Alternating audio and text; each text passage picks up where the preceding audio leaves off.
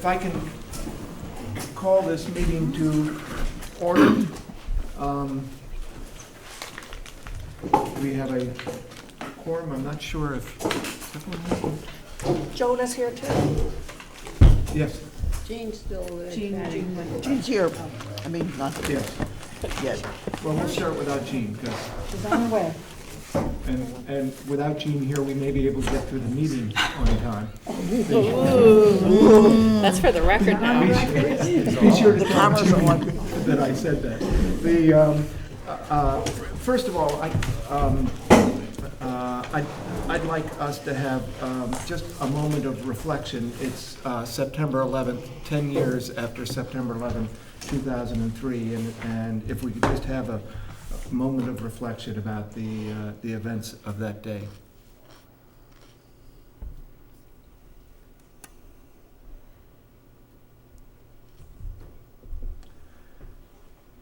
Thank you. While we're on the subject of not great things,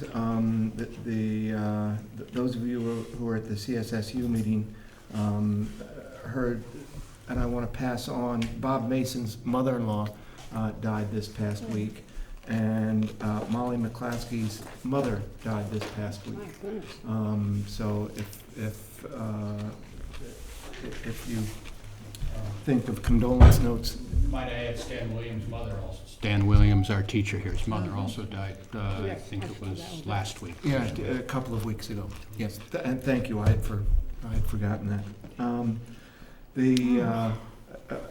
Before we get to the agenda, I want to welcome again Lisa, who is our new member, and I'm sure is very excited about this prospect.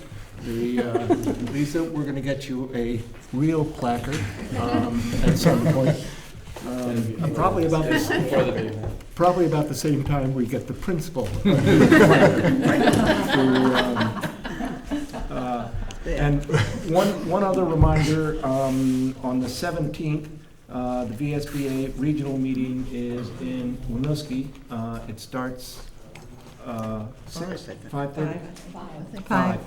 And I know a couple of folks are going. The topic is going to be healthcare reform and its potential impact on schools and school boards. I'm pretty sure I'm not going to be able to make it, but those of you who can, I think it would be very interesting information to have. Moving on to... Pardon? Point of order. Yeah. No disrespect, it was actually 12 years ago on September 11th. I'm sorry. Yes, it was indeed. Thank you for correcting me. Two adjustments to the agenda. Are there any adjustments? A couple from the chair. We're going to add to 10.3, the executive session. Elaine is going to give us an update on where the principal search stands in how we're developing that process. And we're going to remove item 7.7 because it's duplicative. That's about the 7.7 is turf field bond, and the next one is approved bond article for the turf field. And it seems silly to have both of those. So we're removing turf field bond, 7.7. Any other agenda adjustments? It's next item is item 3, audience and communications. We have an audience. Yes? Would you like to communicate? No, I'm a reporter. Name stays Rich. In which case you can communicate after the meeting, and hopefully positively. Thank you. We're just zipping through this agenda. We're up to item 4, presentations. There are none.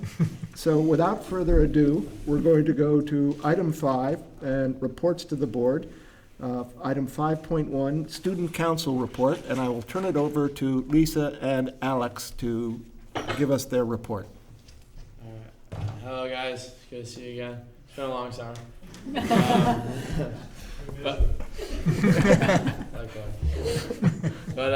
So far so good. I mean the summer phases have started to settle into a more serious academic pursuit. And I guess we'll just hop right into the sports. Boys soccer and girls soccer. Varsity teams and JV for that matter are both undefeated. Boys had a big win at Burlington last night under the lights. Jeff's nephew had a striking goal. Wow. Yes. And then the field hockey, they were scheduled to have a game today at Burlington as well, but I think the weather delayed that off, but they're still doing well, undefeated. And football is also undefeated as well. So far sports teams are looking pretty good. Okay, so there's a new sport or a club joining, the volleyball team. I actually started that this year, and so far we've had around 35 people show up. So we have 2 girls teams and a guys team, and tomorrow is our first scrimmage against BHS. And so we're playing 9 games this season and in state championships. So it's a really exciting season for us. It's very awesome. They had a big bake sale up, just getting some fundraising, and so We've raised $327 just in the bake sale, so which was really impressive, yeah. And also the Athletic Leadership Council is really trying to get their act together. We had another meeting today, and we're going to be doing the Walk to Defeat ALS again to raise money for ALS victims, which is next Sunday, right after Spirit Day, which is leading. We have Rally in the Valley next Friday, which for you guys know, the big prep rally before our Spirit Day. All the sports teams and a few of the clubs will be doing dances in front of the whole school in the gym Friday night. Just a big, spirit booster. Everyone's together for the first time, and then the games are all on Saturday, so it'll be a very, very awesome weekend here at CVU. I don't know if anyone noticed, but in the cafeteria, there's giant trash bins now. Yes, the Environmental Action Club actually raised the money for that. They got a couple of grants, and they designed the trash system. So now there's a compost, a landfill, and a recycle.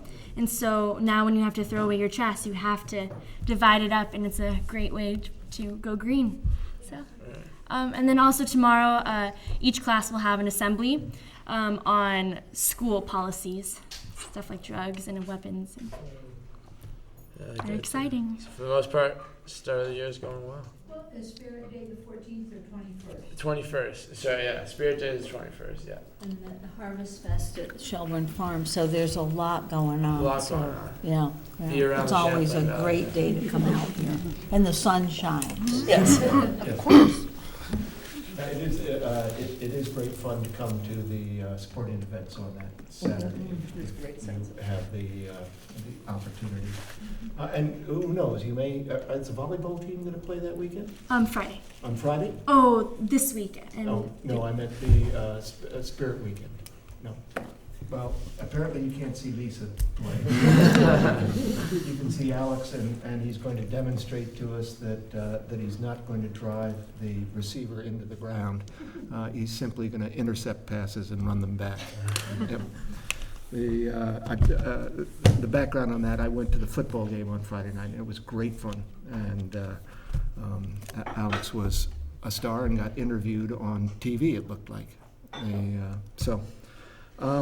Principal's report. Do you have anything to top this stuff? Not to top it, no.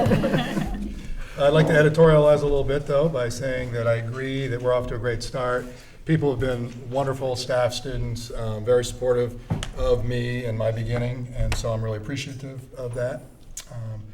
In terms of the report, just a couple of things I wanted to highlight. The first was the enrollment. In looking at the enrollment numbers, I noticed that we're 21 students down from where we were last year at this point. And I tried to figure that out a little bit, and one of the reasons is that our senior class last year was 362, which is quite large, whereas this year's senior class is the smallest we've had in quite a while. And this year's incoming freshmen are at 324. And then the projected numbers for next year says 306 freshmen coming in, so the numbers should bump up again next year based on the projections. And comparing where we are now to the projections, we were projected to be at 1217, and we're actually at 1274, if that helps. Based on the last year's town report. That's the information I was given. We did the budget based on 1264 without out of district, so Okay. within 15 years. As far as the projection? Okay, so yeah, I was basing it on this document here. Yeah. And the other thing I wanted to highlight was the work that we did in the summer with professional development. If you remember at the retreat last year, we outlined our plan moving forward with Evolve and more specifically standards-based learning. And during the summer, approximately 80 of our teachers went through a 2-day training on standards-based learning. And today was our first in-service, and all the people who did not receive the training in the summer received it today. So we now say that every faculty member has received the training on standards-based learning and poises us well to start implementing some of the things that we outlined in the retreat. And that I will add a lot more detail to that next month in our presentation.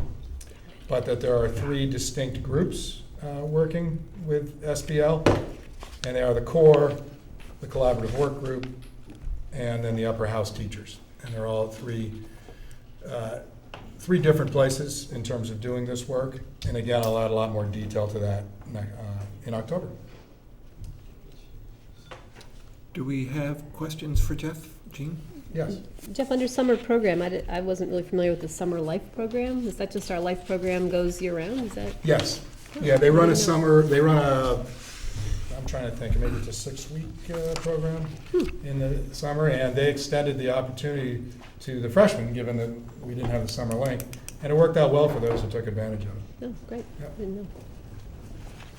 Yes.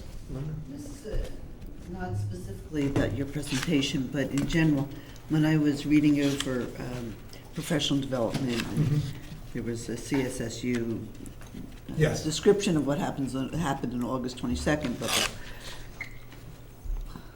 and I asked this for a personal reason, but what about the arts? When I was looking at the way what was happening in the different sections, the work for a team, focus groups. Yep. You know, one is standards-based learning, you know, and then math, and then Yep. school counselors were meeting, and teachers of science.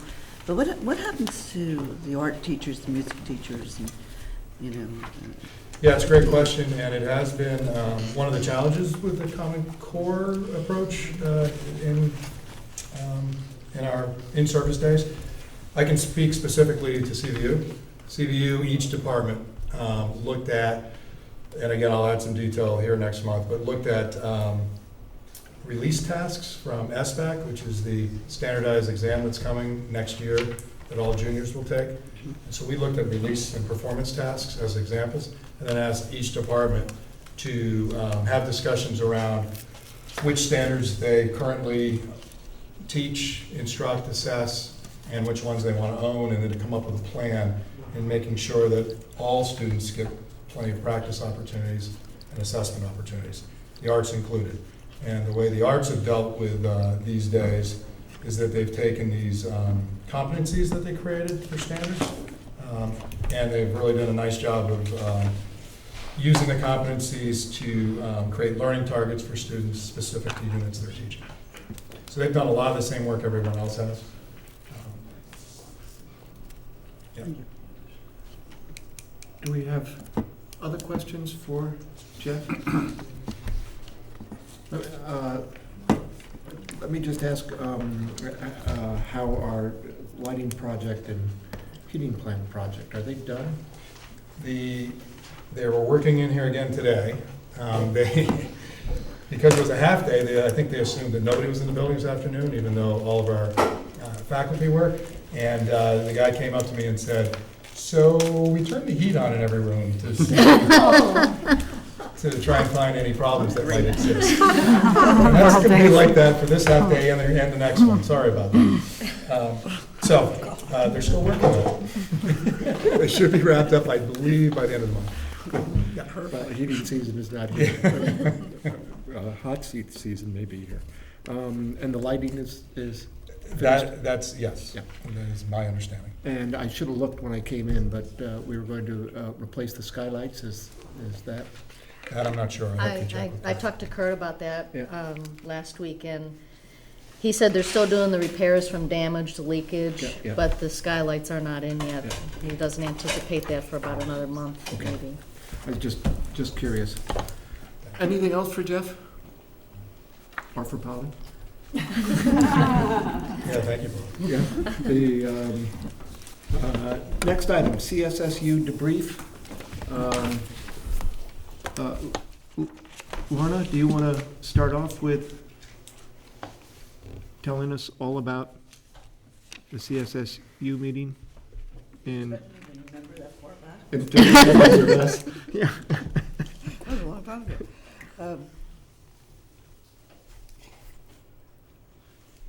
Well, the meeting's not a whole lot different than what we're doing now. The Colt report, which is the central office report, reviewed a lot about the professional development, which is why I asked that question, because it was in both packets that are provided to all the teachers in the school and in service days that begin the new school year. And the other thing that we talked a lot about were the budget assumptions, which we'll have again here, because that prompted a lot of questions about where those numbers were derived from. How did it become 5% over last year's electricity as a baseline to start our budget description? And since Bob wasn't there, some of those questions have been delayed until next month. If I can interject, it appeared to me that many of those questions were coming from a new board member who had not been through the process before, and we might have fewer questions. Well, I mean, I I'm do not think sure. that, I mean, they were straight across the board 5% on energy. That kind of begs the question, did you do any work besides put 5%? I thought it was a legitimate question. No, I thought it was a legitimate And we question, do, too. we often refer back to this, well, our baseline, this is what it takes to open the doors, and we all compare to the baseline, so it really does have an obligation to be correct. But that said, But most of the assumptions are numbers not are very. correct. You can't, it's an assumption, so it's Right, not, there are it's not assumptions, correct. and usually the ones that we were talking about were very small dollars. 3 or 4% on a small number is a small number. So Right. it's I apologize. I was not suggesting it was an invalid question. I was just suggesting that this crew has experience and probably would not be asking the same questions. But And the other thing that we delayed for a month is the question about how much we pay our substitute teachers. And we have one pay scale across the SU, and it's not by different schools. And the proposal that Cindy was suggesting elevates the pay from 80 to 85, starting October 1st, and then for the following year up to $90 per diem for the next year. And part of that was looking at comparable substitute pay scales in other districts around the area. And so that generated a number of questions, whether schools can do it, should Shelburne have one rate and Charlotte have another and CVU have another, or how important it is right now to keep a unified pay scale going. I actually looked on the NEA website about this because I was surprised. I thought that number seemed high. So it lists kind of what the average is for each state. And then how they do it. For example, some states, if you're a licensed teacher, you would get a higher pay than if you were not. So I'm interested in that number, and I don't know if we're going to talk about it more when we talk about budget assumptions, but we could. maybe you guys are already talking about it, and Well, are they going to go back and revisit it? Yes, we are, in October. Yeah. Yeah. The vote was postponed until October. All of the backup information is in the CSSU materials, which are accessible on the CSSU website. And if you want to have input to our representatives, you should pass it on. My understanding is that the proposal was to get us more in line with what went on in Chittenden County, although I didn't have time to really look at the numbers were not comparable compelling. data. The numbers were not compelling. Like, the No. compelling thing is that it's hard to find substitutes. Yes, Right. yes, that's the We don't have compelling. anything. And the other piece of information was, and you can correct me if I remember this incorrectly, it would cost CVU $11,000 or $12,000. I was surprised it was so low. Yeah, if we put it into place October 1, presumably a little bit less if it goes into place November 1. But that would mean out of this budget where we don't have any more control over. And there was actually one other thing that we delayed, put off for another month, was the bid for auditor services. And there was a bid put out, and 3 people answered, 3 companies answered, one from Maine. I'm sorry, I couldn't resist saying something about Buxton, Maine, but it's the name. And the one that came in lowest, the bid that came in lowest, was the one that we've been using probably the last 20 years? 5 years, 10 years. I mean, it's been a long time.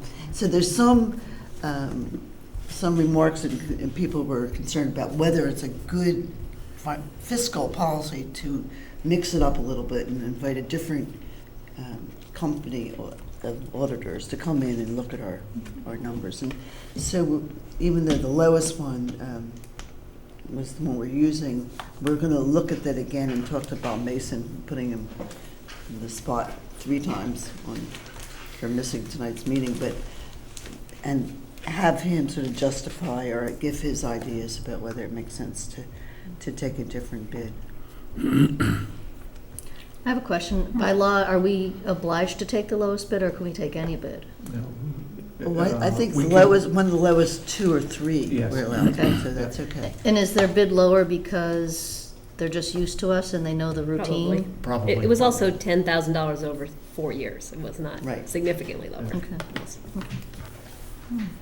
But Bob's had a pretty compelling reason in the past as to why it makes sense to stick with one auditor and why that's not a fiscal risk.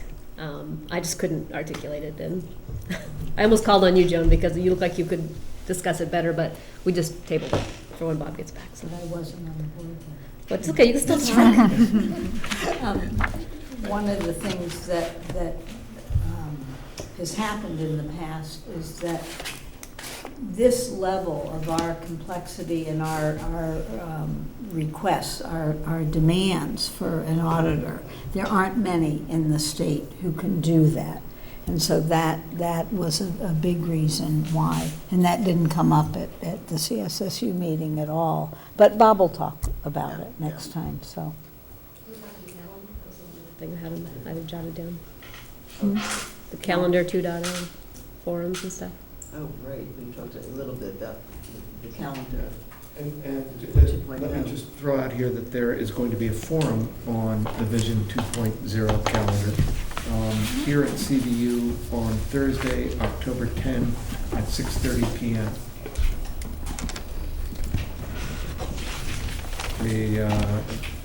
Everybody is welcome.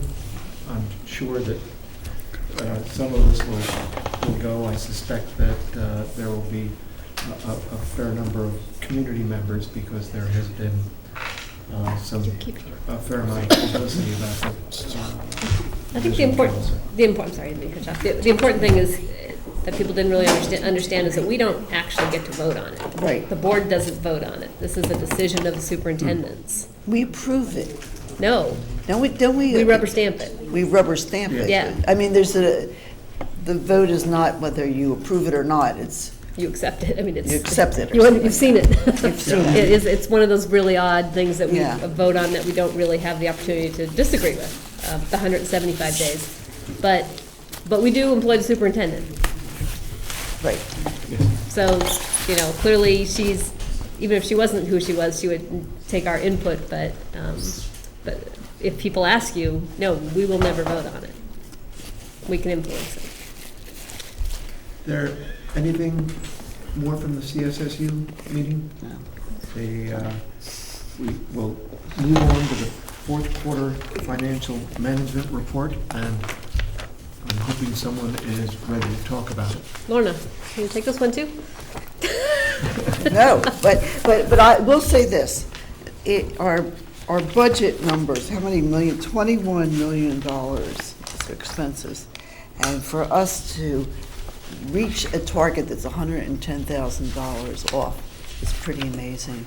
And I was going to say that at CSSU, because there I think it's like, I don't know how many millions. I think it's quite a bit. It's like 6 million or something, because we've transferred programs into CSSU. And there, our budget at the end of the year, it looks like we're going to be $34,000 off our target. And that just seems incredible to me, even though we talk about assumptions being, loosey-goosey here, but it seems like we were doing okay. We did well, I think. So we're $140,000 in the good so far. Would the finance committee like to add anything to that? Oh, yeah, I think I would. Not to say that it's not true, but we do have to mention on here is that we did come in almost $100,000 off of where we thought we were going to end up. Remember back in June, we made those decisions. We put $150K into the construction fund. We gave $16,000 to Access. Those were all predicated on a forecast that on June 24th we thought was solid, and we came in $100,000 off of that number, worse. A couple things, some of it was decisions. We spent about $30K on operations and maintenance that we normally do when we come to the end of the year, we have money left over. It's just that we have sort of a disconnect between the fact that we spent the same money twice, kind of. Operations and maintenance, we had some accrued vacation time we had to pay off for some people who were leaving, and summer per diems, I think, was what the other big one was. And so, Lauren, I totally agree. 100. I wasn't at the finance meeting. Yeah. So. 100K is great, but unfortunately, because of our decisions that we thought we were making with really good data, we now really are going to only have the $300,000 that the auditors want us to have in the general fund. So when we do our budget in a couple of months, we're not going to have, unless we have a really bang up first quarter, we're not going to have that money to apply, which gives us kind of starts us in a hole next year. So I'm hoping part of that was just transition, right? Kind of, Sean was halfway out the door and he was doing the things he normally does to optimize the budget, and otherwise it's really hard to think that we didn't know that number, less than a week before the end of the month. It's kind of disappointing, but it'll hurt in January when we're trying to make those decisions about the budget. So it was the last couple of weeks then of the Well, it was year. somewhere between, when we saw when we had the forecast for the third quarter FMR, which would have been April or May, in June, we waited. We didn't make those decisions. We didn't take those decisions to the board until the end of June, because we said, well, they'll be rock solid in June. And so I just don't know where that communication missed, because if someone had come and said, well, it looks like we just spent that buffer, then we probably would not have taken all the actions we did. I certainly would not have recommended them. So. Does that $100,000 decrease include the $50,000 we allocated for the other operations and maintenance projects? The 150? No. The 50,000 that we authorized at the end of the year for operations and maintenance, the skylight and a couple of other things that. That's right. Yeah, I think that would be in the. Yeah. So that 50 would be part of that 100. Yes. Okay. Any questions on the financial management report? The next item is the co-curricular committee. And I pass it on to Susan. They've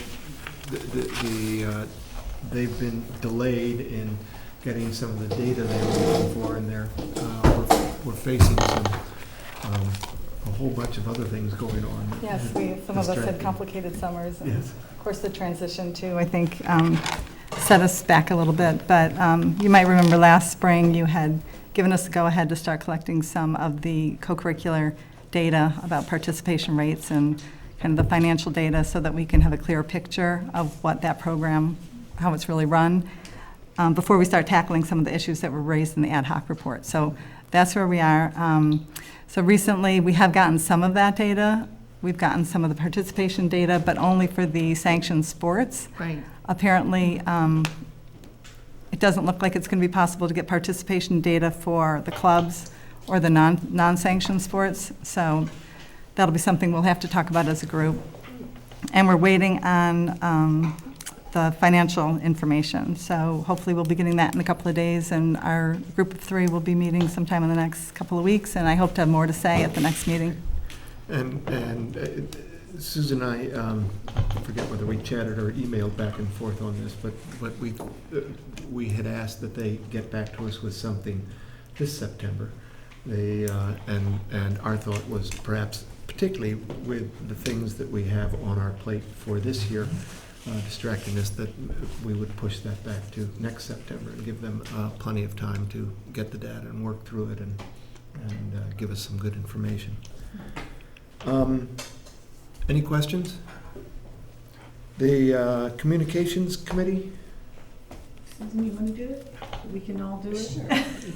We're a good committee, we're a good team. We had a really productive meeting early in the summer where we tried to assess what we had done well in our first year and where there was room for improvement.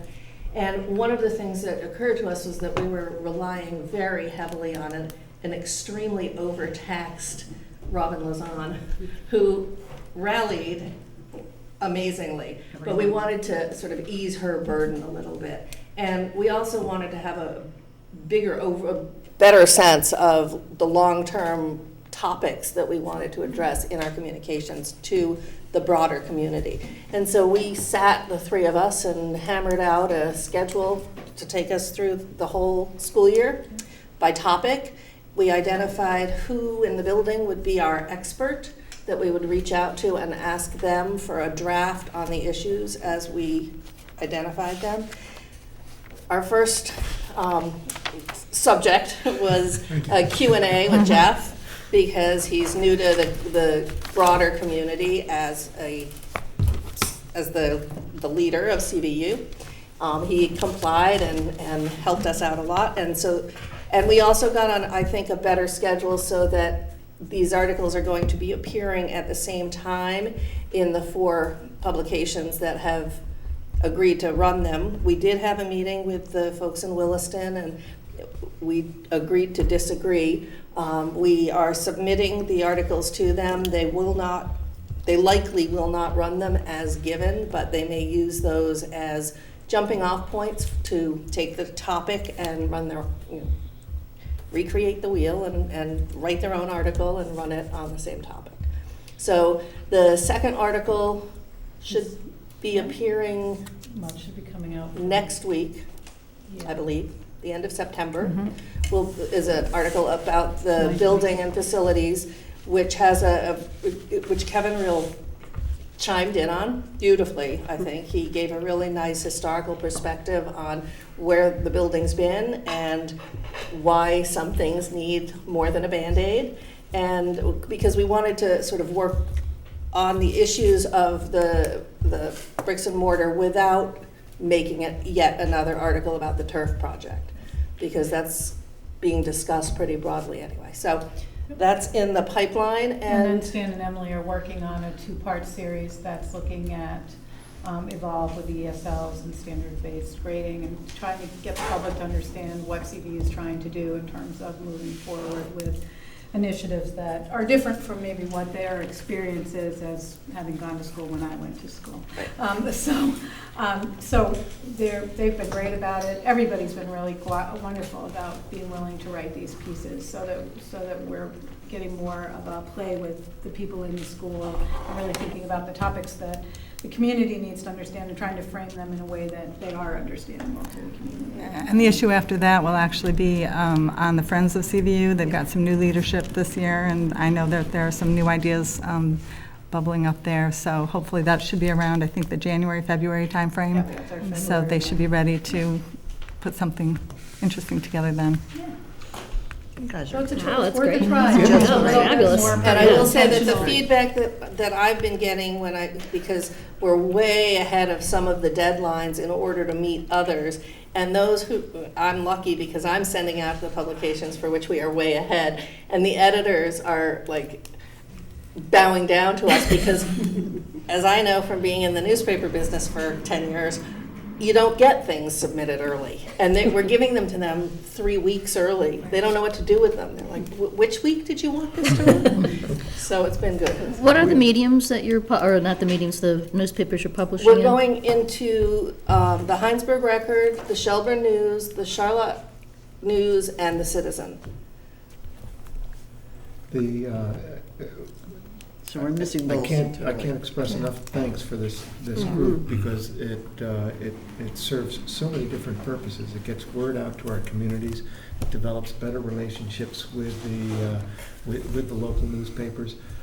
It develops great relationships between the board and teachers in the school and administrators. So I think it's just Well, and it's I wonderful. will say, as we're starting to talk about budget assumptions, when we go out with the budget flyer, last year we had 2 of the papers basically not charge us for the insert. And not because I asked for it, but because they offered it.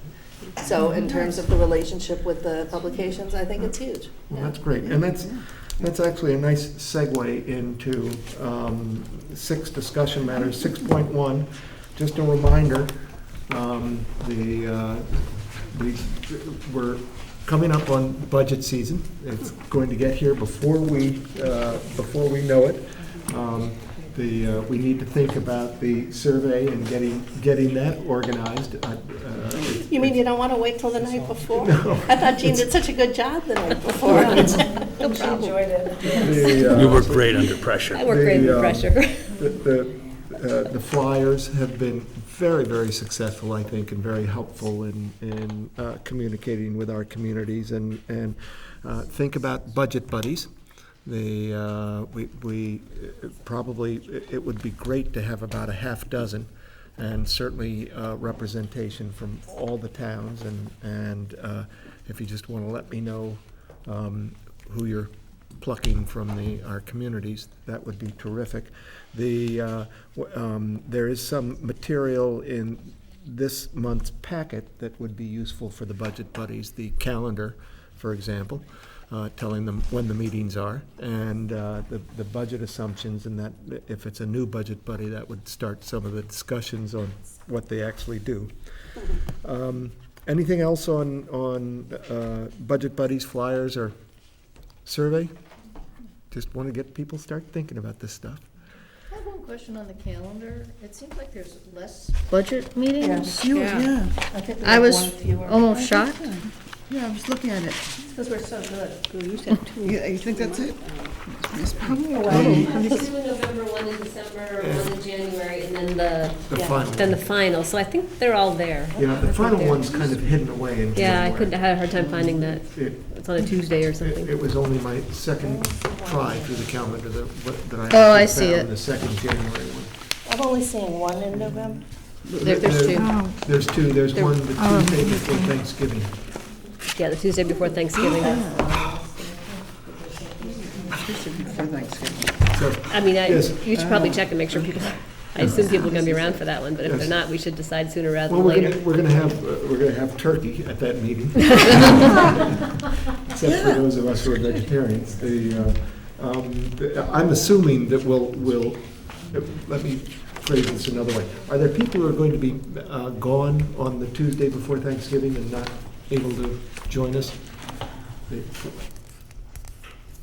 Yeah,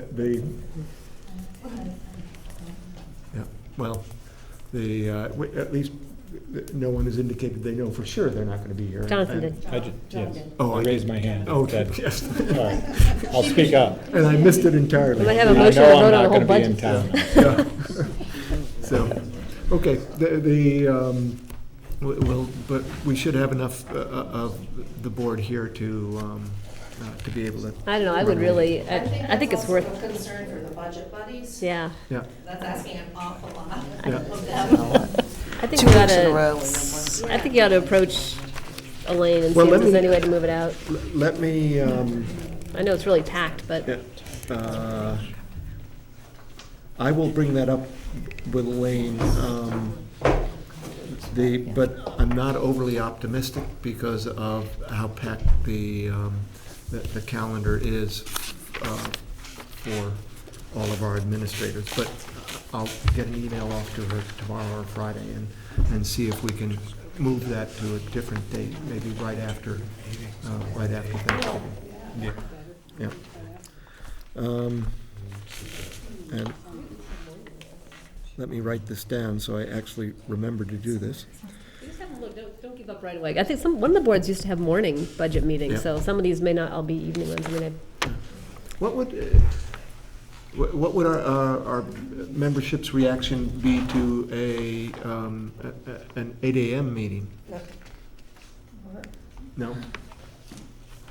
Unavailable. No, okay. So we're pretty much, it's pretty much 5 o'clock. And I'm pretty sure we don't want to do weekends, so I'll ask Elaine if we can push things around. So I count 4 meetings? 2 in November, 4 with budget buddies? 4 with budget. 4 with budget And buddies. the 5th one is January. January, it's right here. 6? Oh, okay. The last That's- 14th. 14. Oh, The okay. 14th. But that the last one, one, they yeah. usually don't come. Right, that's the one we just Okay. rubber stamp. All right, moving right along to facilities, and Jean, if you could just update us on information, any new information since the August 8th special meeting, and we'll be having turf fields and the bond issue as an action item coming up in a few moments. okay, so I don't really, you can tell me what you want to hear now, what you don't want to hear. We had a couple of follow-ups from the discussion in August. I just was going to touch on those, and then, I don't know if you wanted to have the conversation now or have it at the action, but I had a couple of jotted down a couple of things that people wanted information on. One was this figure of $300,000 a field to retrofit the existing natural grass fields. Where'd that come from? We did find it. It's in the appendix of the Gale report. I believe it's page 94, but it is in there. So that was just one of them, just to know where that came from. I had another one. So we did have, I should preface this by saying we had a facilities meeting that Bob Mason actually called, and at that meeting was Tom Barden, who was the general contractor for our building renovation. So he's very familiar with the fields that we have. Kevin Warden, who is the Designer. yeah, he's the design for the property. He wasn't the architect. We also had the architect here from that project. So we had a lot of folks with really good background and know the project, know what we did before, a lot of information there. So we just had this meeting to catch everybody up and see where we're going forward.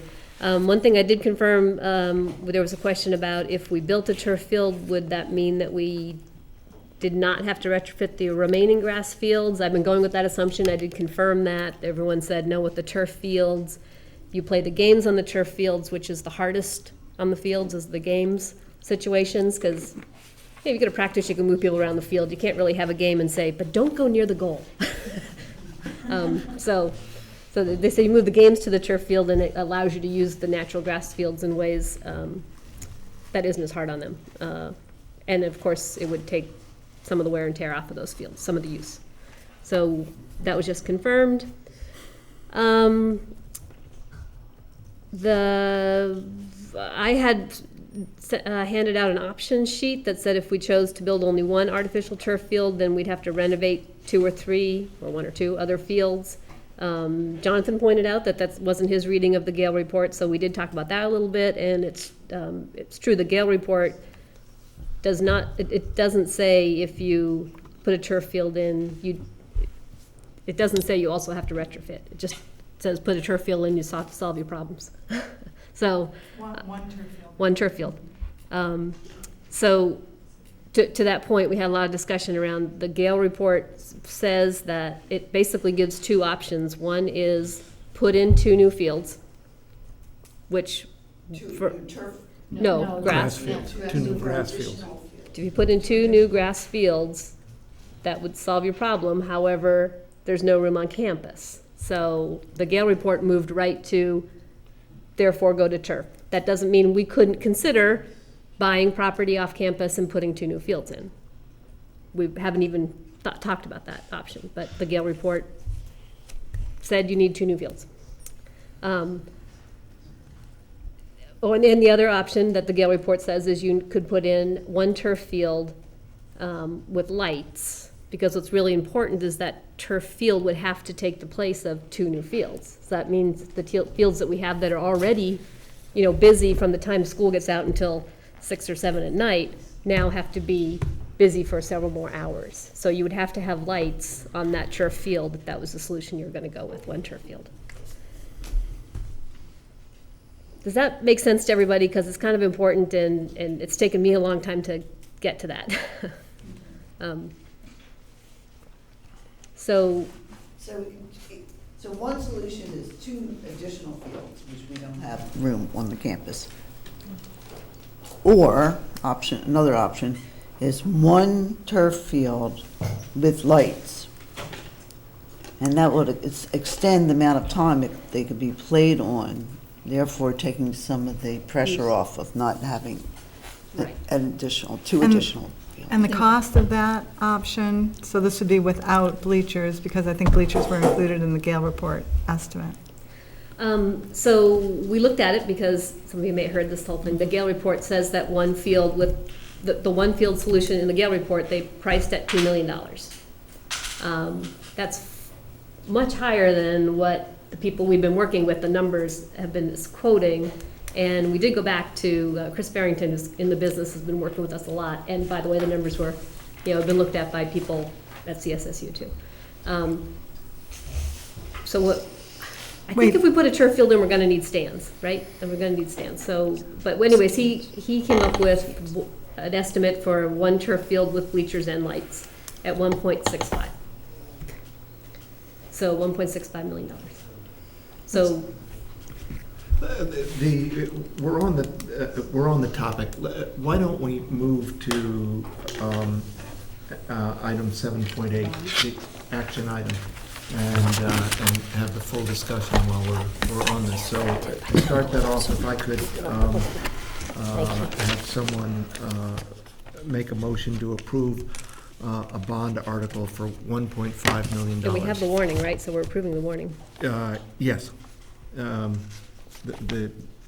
We do have the warning, and it's on the agenda as article.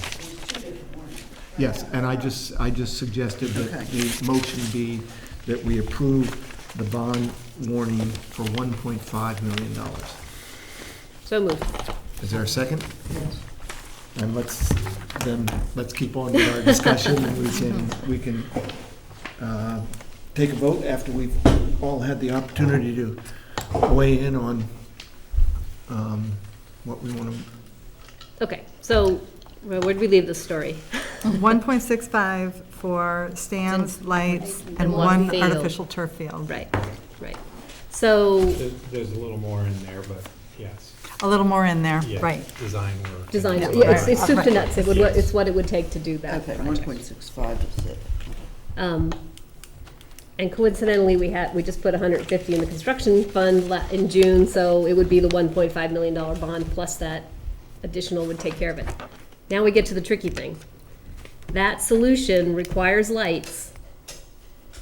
I have not met anybody who thinks we're going to get Heinsberg to approve lights. Oh, the town of Heinsberg? Yes. Or at least initially. And not for any time in the near future, if you ask me. DRB. Right. Yeah. Which means we're back to not having a solution. Has anybody talked to the select board? Officially? Yes. No. How about unofficially? Yes. You were gonna say something? Zoning. I was just gonna say that it's not an ideal solution. And I would say that's how the Gale report phrased building 2 new natural fields. They didn't consider it viable, and so they moved on. Right. And got to, the 1 turf field. And right now, I would phrase it similarly, that the 1 turf field with lights may not be viable. It would still help to have a turf field, but it wouldn't be optimal. So where that takes us says, okay, well, that didn't work. The next step is this community group, which has stepped in and said, we are willing to raise funds in order to put 2 turf fields in. That's the folks who were here, that's what their understanding is. I know administration, I know the coaches, most of us who've been in the conversation believe that 2 artificial turf fields without the lights, for now. If the boosters want to try to get lights and can get it passed, that's a different issue, but for a solution that the board's bringing forward, 2 artificial turf fields solves a lot of problems for us. It really takes care of the wear and tear on the field question without any questions. I mean, no one can guarantee a natural grass field, right? So we think these natural grass fields would hold up. We don't know, right? But 2 would clearly make it, would take the wear and tear off those grass fields. It would give us the flexibility to make sure that a majority of our students would have the opportunity to play on those nice fields. With 1 field, they're really going to be tied up with games most of the season. There won't be a lot of practice time. There won't be any JV time. It's really going to be contentious to get on those fields. I was just thinking about how do you, when it comes, one really big thing that's important is that our lacrosse teams are playing on the parking lot until they can get on the fields in the spring, right? And we have 6 lacrosse teams, I think. Must have 3 of each. Yes. So how do you have 6 lacrosse teams in April vying for 1 field? Anyways, two fields would be nice. South Burlington has 1 field, but they have 870 students. We got a lot more kids. They also have different soil types, so their grass fields are actually playable. They're not great fields, but they're playable when our fields are mud baths. Mud's good for the complexion. That's what I hear from those JV girls who did the mudslides last year after the game. Yeah. Wallow in the mud, it's great. Yeah. So the other one, since the lights may not happen, I don't know if it's even an issue, but I know as a parent, I wouldn't be really excited about my daughter having the 8 p.m. field hockey practice, because that wouldn't be a reason not to, but you do have a lot of kids that are going to be on the road a lot more if they're going home from school and then coming back to practice and going home at 10 o'clock at night. So, it's, me, I usually go for the cheapest option, but in this case, I really think with the community group fired up to make the difference that 2 turf fields, bleachers on 1 of them, no lights is really the And what's the estimate on that? Cost? 2.6 with lights. Oh, 2.6 has got the lights in it too. Yeah, 2.6 with lights, Yeah. but I don't have the figures in front of me for 2.4. 2.4 without lights. 2 fields, 1 with bleachers. Right. Joan?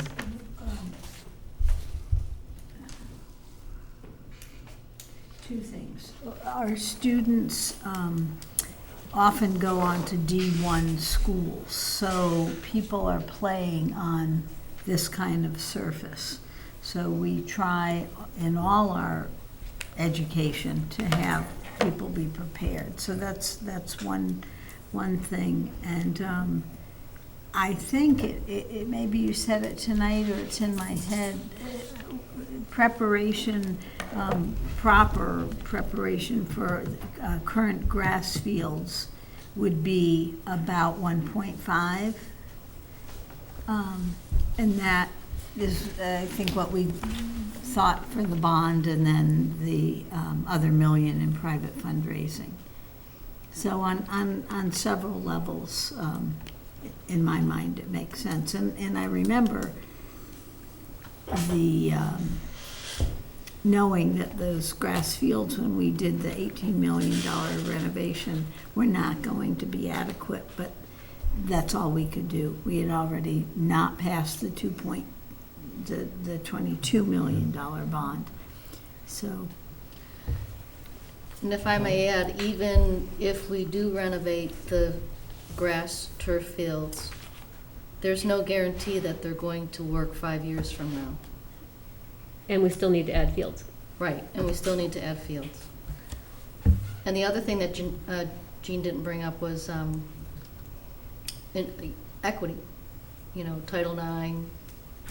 And what sport is only playing on artificial turf in college now? Is Field it hockey. Field hockey.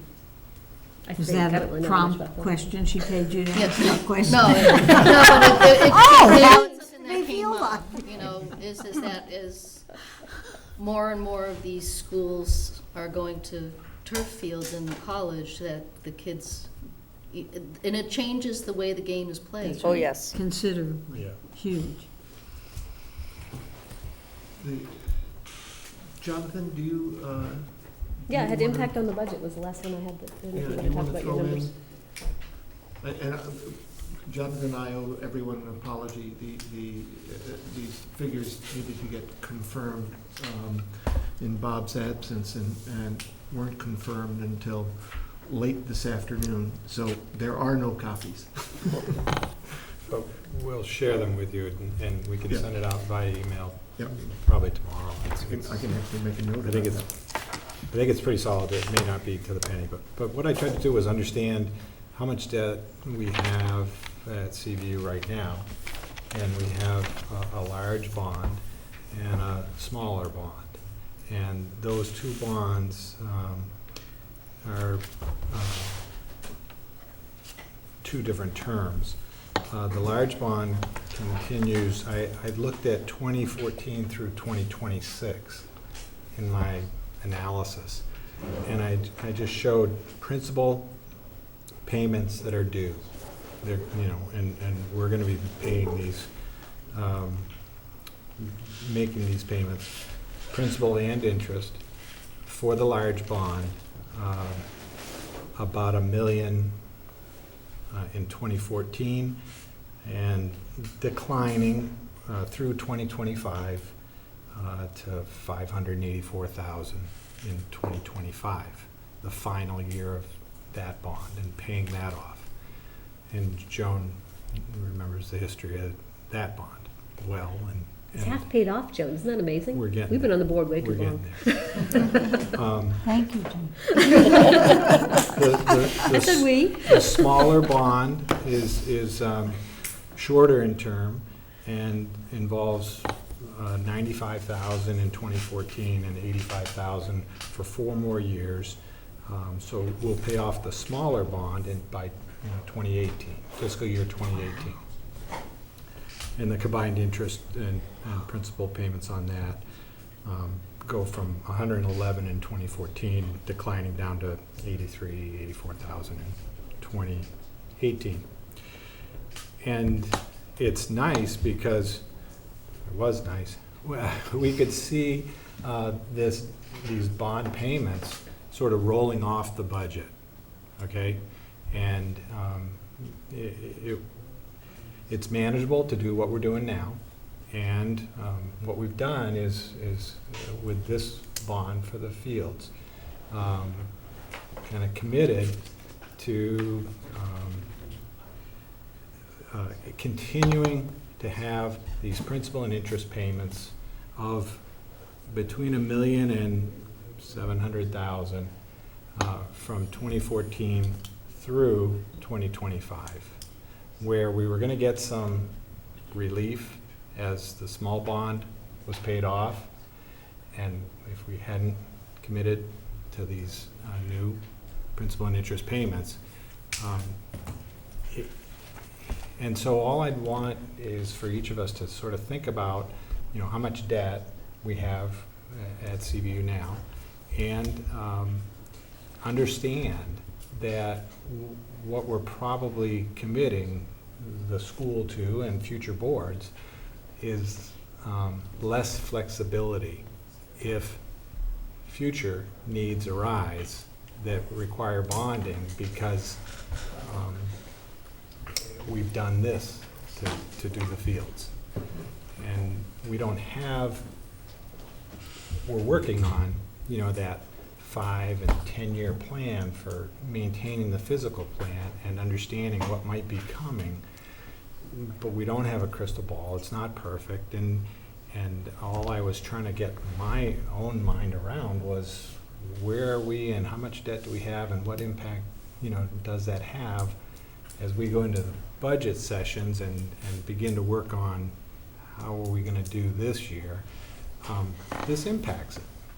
And I just thought it was important for everyone to hear that, see that, and understand that. So the good news on these numbers, and there's also a set of numbers that we sent out before the August 8th meeting that takes a slightly different approach. But the good news is that even adding in a $1.5 million bond issue, our principal and interest payments on our bond obligations decreases every year from now until they're satisfied. And that because of the way these things work, that decrease accelerates a bit over time, but there is a decrease. There is a decrease every year. That's the good news. The bad news is that decrease is not as big as it would have been if we didn't do a $1.5 million bond issue. And that's the point, Jonathan. Yeah. No, it's not going to increase, it just No. won't decrease as quickly. There will be a decrease in our bond and interest payments every year. We just won't have as big a decrease as we would have without this $1.5 million bond. I think Jean made a point that was important also, that while $1 million a year on a $22 million budget is significant, and you need to recognize that, we really don't have choice. It may well be a very inexpensive way to do this kind of deferred maintenance. Otherwise, we have to pay for it out of each current year's operating budget, and to do this kind of project becomes nearly impossible because you can't do it. You've got to spread that expense over a number of years. And the interest is something, but it's not unreasonable. Joan? I'm really glad you brought that up, because we're going to be paying anyway. And you said we're committing future boards, and we are. But if we left things as they are, we're committing future boards to issues of not safe. I mean, that, so I mean, it'll be a big decision, and I think lots of great thoughtful ideas have been brought out and approaches. I've seen lots of fundraising, and this group I'm not trying to take advantage of, but boy, they're phenomenal. And I think that timing, maybe, who knows when timing is perfect, if ever, but I've been impressed. Yes, very much. Some more discussion on this before we go to the vote? Well, let me get more clear what we're suggesting with this bond. Okay. So we're suggesting a $1.5 million bond. Up to 1.5. Up to. Yeah. And then we're hoping that the fundraising kicks in X amount, how much is that? Another $1 million? million. Well, yeah, for everything, yeah. But they need to come up with $800,000 in order to put 2 fields and bleachers in. Okay, so, And if they want so the this lights, would it'll be be, more, but- take 2 of the existing fields, make them turf fields, put bleachers on one. And how about the other fields? Do we do anything there? By taking the load off of them, Okay. they should, and the Gale report says, Okay. a rigorous maintenance program. Right. They should be good fields. Great fields, I can't say. Good fields, yes, because we're reducing the load on each of them. And we're suggesting that the increased principal and interest for this bond, because we have other loans whose payments are going down, will not cause us extra money? That's hard to believe. It will decrease each year. I understand it will decrease, that's how mortgage, any kind of loan, bond issue works. Usually, it decreases each year, but the first couple of years will be tough. Well, when Jonathan Well, added them up all the way across the board, the cost of servicing our loans is actually going down. But it's not going down as fast as it would be if we didn't do this. So even so adding this, still going down. it will still be going down. Yeah. Okay, that's what I wanted to know, whether the existing loan plus this new bond is actually still less than what we had last year. Okay. So if we Yes. commit to up to 1.5 million, we would need to have funds raised at least 600,000 in order to get just the 2 fields. That would be the bare. Yeah. And if they couldn't raise that amount, where does that leave us? Probably we put one in and do the next one when they come up with the rest of the When money. And- You know, and there's no do- time limit on the bond. I think this actually came up too, right, at our meeting. It's like if you get the bond passed, it doesn't mean you have to commit it in 6 Right. months or it doesn't have an expiration date. You can keep working to raise the money. So you could do 2 different bonds, like one for, You can execute, for yes, one field, and then roll over the rest of that. Yeah, actually, I was use an example in Williston, we did that, we got a bond approved for sidewalks, but it takes a long time to get right-of-ways and everything, so they did multiple bonds over multiple years. But the total had to be what was approved in the vote. Uh-huh. But then the price would probably increase because if you're Well, doing they it do a 2 little bit separate less, right? times. Yes, so- actually, Yeah, we get you're not it, changing. yeah, they're counting on a reduction by By putting 2 doing in at 2 the same at one time. time. So Okay. hopefully they can do this. Yeah, to Joan's point, though, I think the community's very fired up about this. They I are. think they're It just, is I really think good energy. I they're just agree, the finding that timing people is- are holding back a little bit because they don't know what the board's gonna do. You know, it's hard to say, okay, well, I know it's a $2 million project, here's my $5,000. Call me in 10 years, you know, I mean, people wanna know. No, yeah. And there are 2 fundraising things that are happening, I think, in the next week or so, and one of them's a big event, so they're hoping their big donors are coming out at that one. Any other questions? I mean, I know this is kind of it's a big deal, we'd be asking the community for money, I just don't want people to feel like they're not getting their questions answered, or.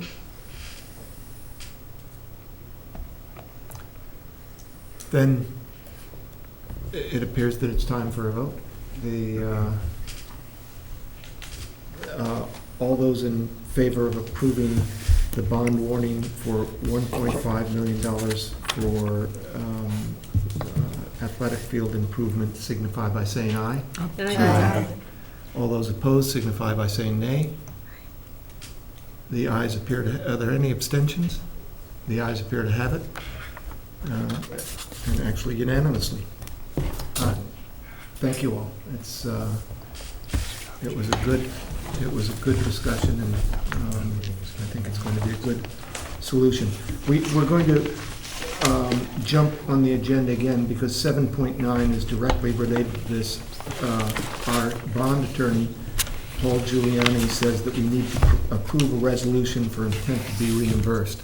This is it's a legal requirement, I assume either by the bond bank or Never heard of this before. under statute, but it's in your materials.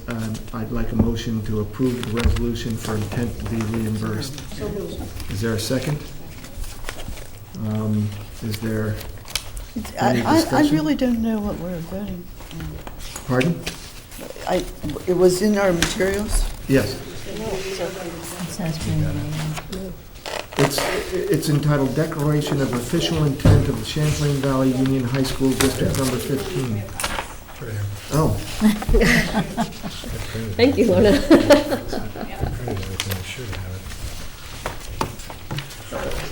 My apologies, Lorna. That was my fault. I had a copy in here. Oh, yeah, I mean, I did read this. I did my homework. Yeah, what is this?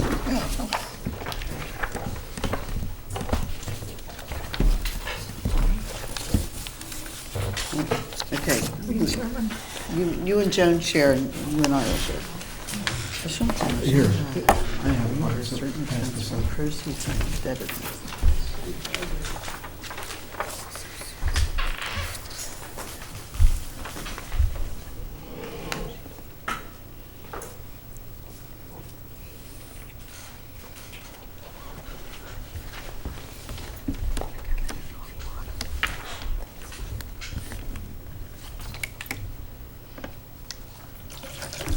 Can't this be in English? Yeah.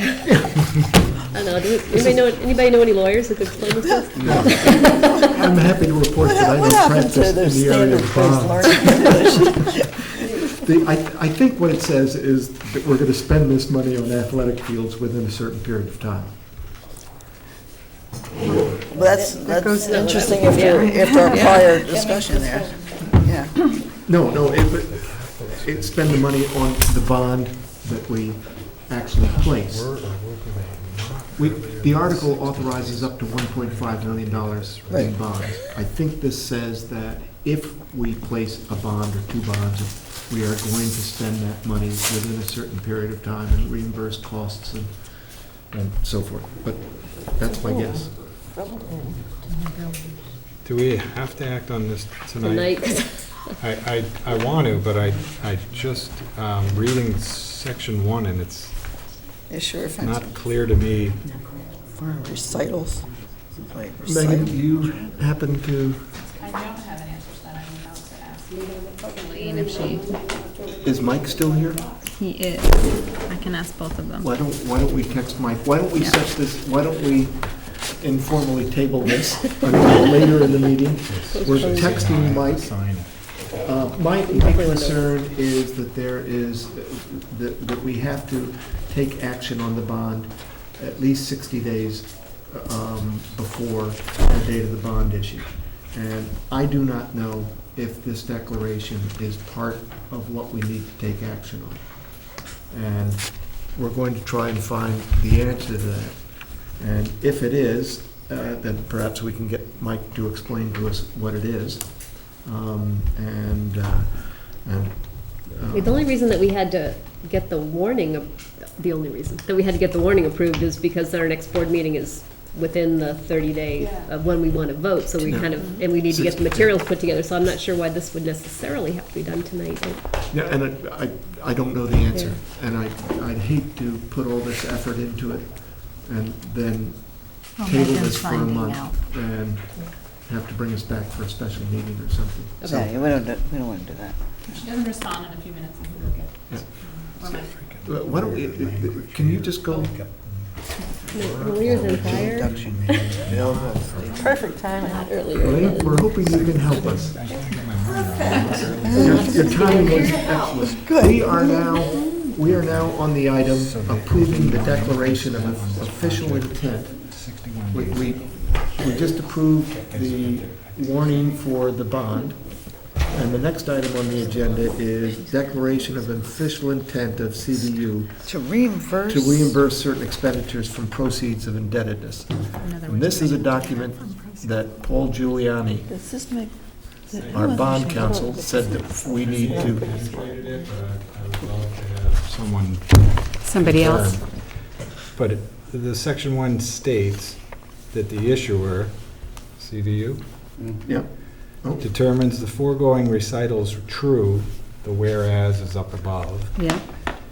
and that all the capital expenditures referenced up above were or will be made not earlier than 60 days prior to the date of this resolution. I think what that's saying is, we didn't spend any of the money on the turf field project 61 days ago. That's coming out of the 1.5 million, because we certainly spent money on the project, but not the bond money. Right. But how could we spend the bond money 61 days ago?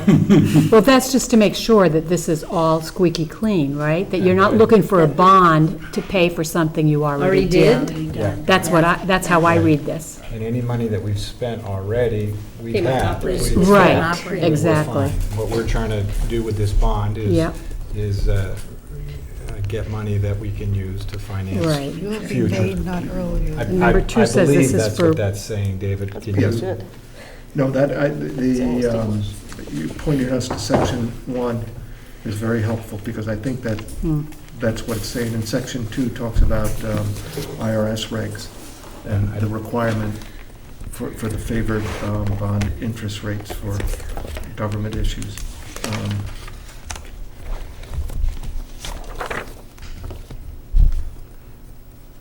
Can we table this until Mike can sort of confirm? Is he in the building? He is, yeah. I'm not sure this is his I area bet of he could expertise, confirm. but. Yeah. And that's all, I think. we Okay, need. let's, This is all one. that would be great.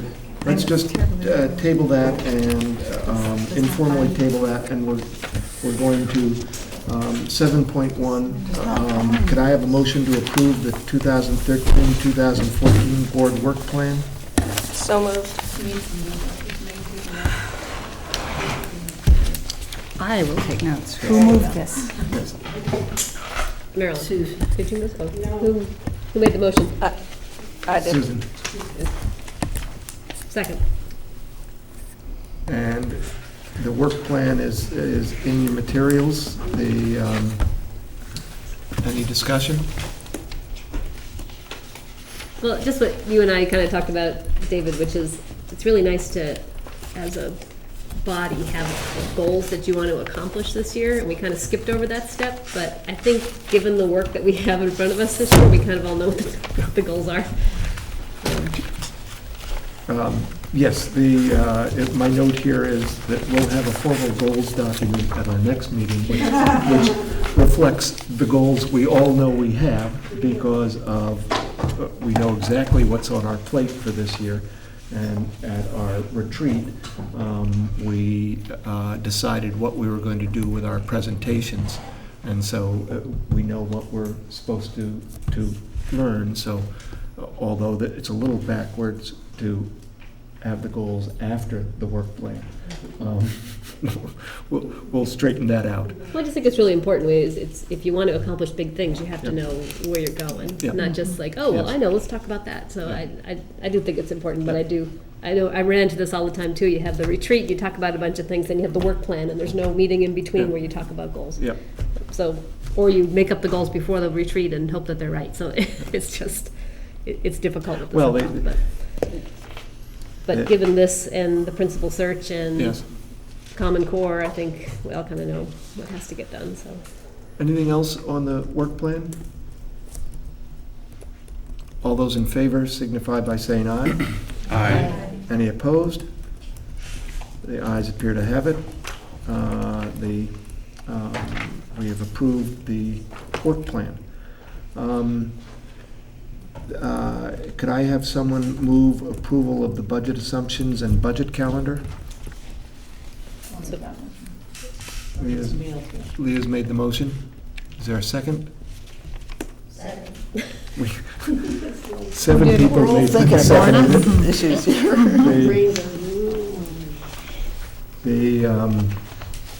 The budget assumptions are in your material. We talked about this a little with the CSSU debriefing.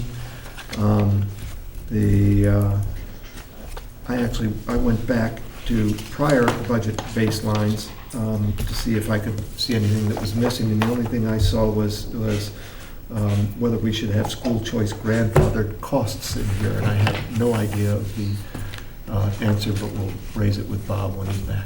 Well, I think what that's referring to is that we no longer have tuition school Yeah. choice because Yeah. we're public. But we have grandfathered ones. Right, because we had agreements with our partners prior to the universal school choice where money followed the students. And we're holding true to that commitment. So we have sophomores, juniors, and seniors this year. We will have juniors and seniors next year, and then the last year we'll have seniors. But it's a dwindling number, and just going forward. Money goes both ways on that. The other thing in here is we don't buy fuel oil anymore because we don't have an oil burner. So our baseline should have some sort of estimate of our gas as opposed to fuel oil. The natural gas on it? Well, I thought there was something there for CVU. Yeah, I think the backup one is. I don't, The gas Says is backed up, isn't the it? gas fuel, is diesel, back. wood, and electricity, right, it's looking Yeah. on here. Yeah, there's no Let me gas. guess, 5%? Wise guy. It's certainly not, it's certainly not going to be last year's actual plus Analysis. 5%. Oh, I looked it up, The- the spot market. But they should be able to do a conversion based on amount of energy used and the differential in price, and come up with something for the baseline. But we'll let Bob know about that as well. Anything else on the baseline? Only to point out that the sub rate is $90 in this assumption. Yeah. So if we The approve what? this, it doesn't, the daily sub rate, which we talked about before, it is going in at $90. But, in the so budget can that assumption. change if the Absolutely, it's not a commitment CSSU? that we're gonna vote to do that, it's just that it's gonna be in the So it'll be baseline in budget. there. Right, okay. And the motion is also to approve the budget calendar, subject to me talking Elaine into rescheduling the Tuesday before Thanksgiving, which I'll talk to Elaine about at some future point. Elaine's a can-do gal. Did you have a suggestion for when you would do it? The concern was that people may Maybe have other away. commitments that week. Yeah, so, let's just look. Well, there's actually, no, I was going to say December 5th. But Then we have a meeting on December back to 5th? back. Could be December 5th. As long as there's no work that has to happen between that and. You're just going to be December 5th and then December 9th again. You could also do December 4th, because that's a 7:30 in the morning meeting with Shelburne. To take the place of the Tuesday before Thanksgiving. I like that better. Honestly, that was one that I questioned, because you can see you're almost out of sync. You know, I like it better when we're going through all of the schools and doing a particular topic so we can stay focused on here's what we're going to be doing. And this one ends up kind of out of sync, and it is because of the Thanksgiving Right.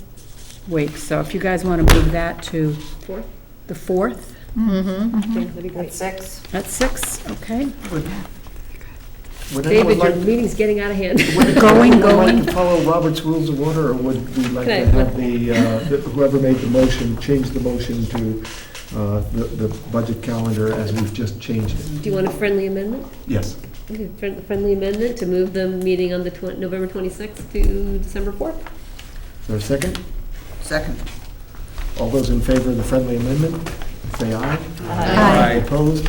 Let's go back to the motion on the floor, which is approving the baseline budget and the budget calendar. All those in favor signify by saying aye. Aye. Any opposed? We've approved it. Thank you, Elaine. That Yeah. very That's easy. easy. Oh, yeah.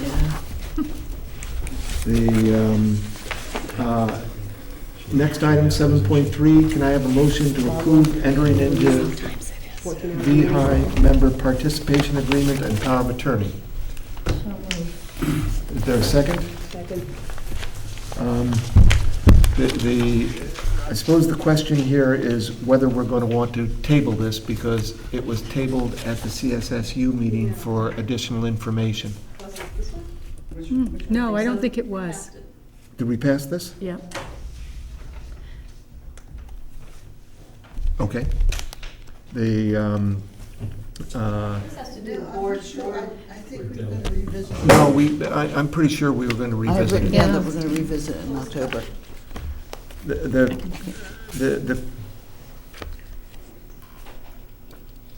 The question had to do with whether we were going to be handicapping ourselves for the healthcare reform by entering into this agreement. Was that it? It was approved.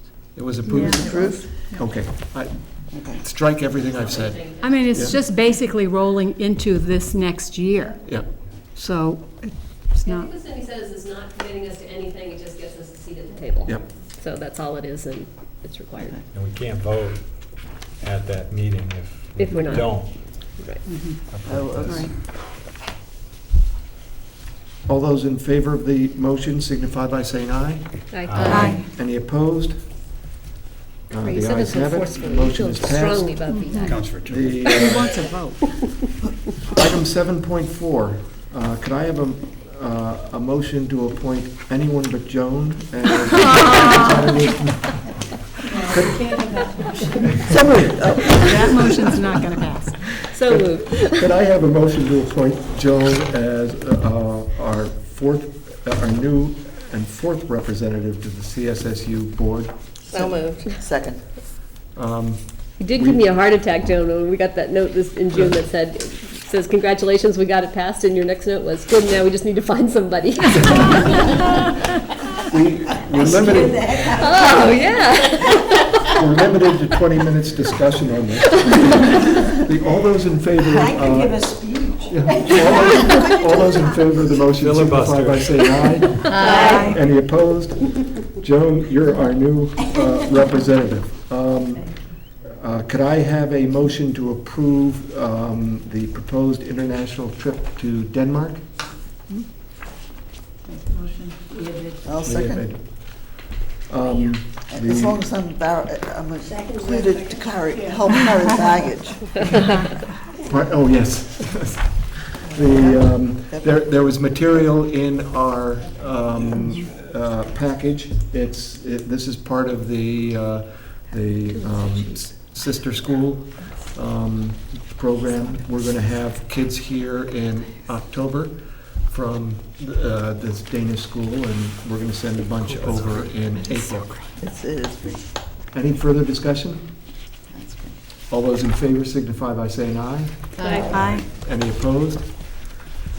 We've approved the trip. If anyone's interested, I think they're still looking for host families for the kids coming in October. Do they need any chaperones? That's what I'm trying. We may. Only if you're a host family.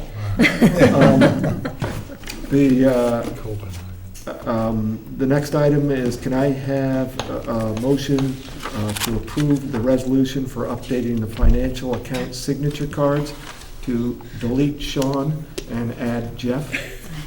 No. Is there a I'm voting against this one. You're totally. Is there a second? Second. This is simply changing the account signature cards. Is there any further discussion? All those in favor signify by saying aye. Aye. Any opposed? Jeff, you said everybody was nice to you on helping you out the transition. Someone's got a little hazy in here. Absolutely. Throw me in the fire at some point. Is Mike going to be able to? So he gave me his answer, Oh, okay. which is that he isn't really sure, but would err on the side of making a note of doing it tonight because he worries that it will delay with warnings. So he's saying vote. He's saying vote. Vote for it. I support Jonathan's interpretation. I think it makes, I just So I don't would think agree. it's going to be a problem Yep. in current council says we have to do it, we have to do it. So we're And back Jonathan's to signing item it. 7.9. Yeah, and I gotta sign it by the way. You got it. Yeah, it's on me, okay? If Jonathan's willing to put his name on it, it's okay by Oh, me. yes. We're untabling that motion that was on the table. It's, the motion is to approve the resolution for intent to be reimbursed and direct Jonathan to sign that. All those in favor of the motion signify by saying aye. Aye. Any opposed? It is passed. The next item, 8.0, consent agenda. Could I have a motion to pass the consent agenda? So moved. Is there a second? Second. Is there any discussion? Nope, we've discussed the consent agenda. All those in favor signify by saying aye. Aye. Aye. Any opposed? There are none. The ayes have it. The motion is approved. We're going to just, you can read through the next meeting dates. I'll leave that to you folks unless someone wants to fill in the time for the policy meeting. I'm hoping, I think that's been delayed. okay. So all of us except Lorna can ignore the policy committee meeting date. We need to go into executive session, but I'd like to switch the order. First, I'd like to go deal with student discipline so we can keep Jeff here with us, and then when we're done with that, we'll ask Jeff to remove himself and move to the other two items. Can I have a motion to go in executive session to discuss negotiations, discipline, and principal search? So moved. Second? We're in, all those in favor signify by saying aye. Aye. Any opposed? We're in executive session.